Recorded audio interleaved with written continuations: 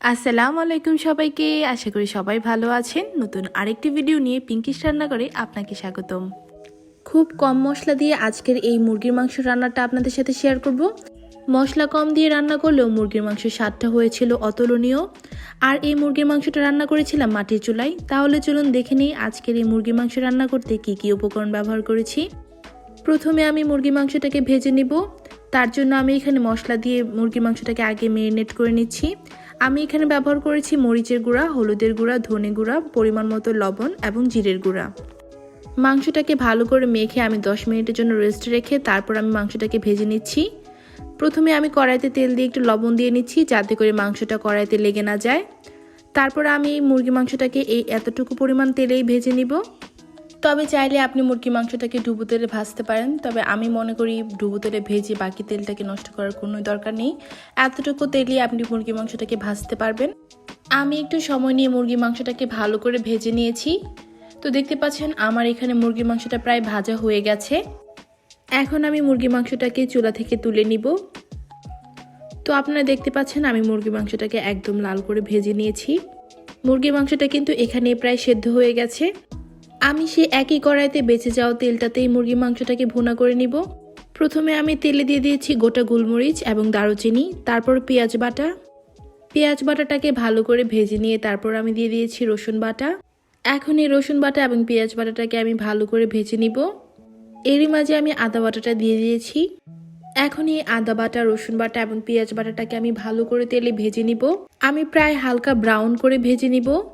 এই পর্যায়ে রসুন বাটা, আদা বাটা এবং পেঁয়াজ বাটাটাকে যত ভেজে নেবেন তার কাঁচা স্মেলটা ততটাই চলে যাবে এবং খেতেও অনেক স্বাদ হবে। মশলাগুলোকে ভালো করে ভেজে নিয়ে এই পর্যায়ে আমি এই মশলাটাতে দিয়ে দিব পানি দিয়ে তারপর আমি বাকি মশলাগুলো দিব। প্রথমে দিয়ে দিচ্ছি মরিচের গুঁড়া।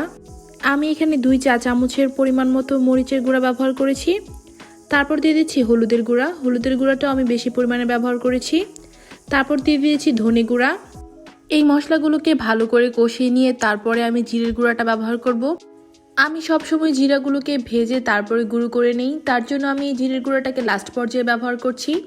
এখন 1.5 চা চামচের মতো আমি এখানে জিরের গুঁড়ো ব্যবহার করেছি। তারপর আমি এখন সবগুলো মশলাকে ভালো করে আবার কষিয়ে নিব। এখন দিয়ে দিচ্ছি স্বাদ মতো লবণ। যেহেতু আমরা মুরগির মাংসটা ভাজার সময় লবণ ব্যবহার করেছি, সেহেতু এখন লবণটাকে বুঝে ব্যবহার করতে হবে।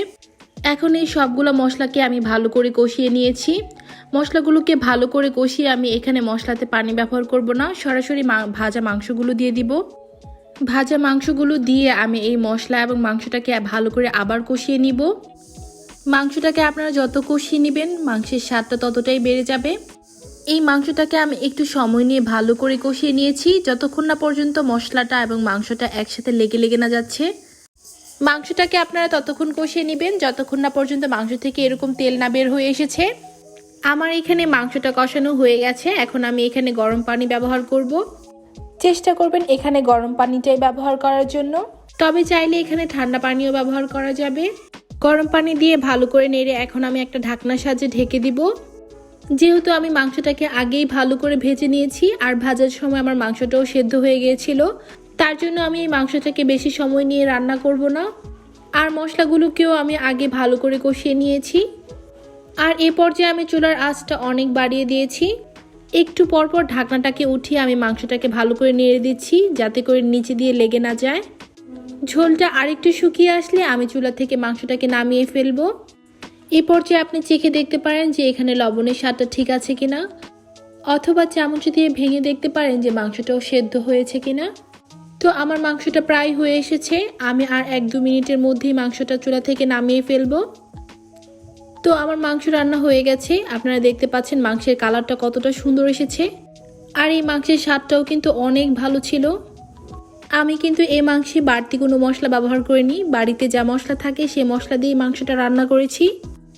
আশা করি আমার রেসিপি ফলো করে যদি আপনারা বাড়িতে তৈরি করেন আপনাদের মাংসের স্বাদটাও একদম অতুলনীয় হবে।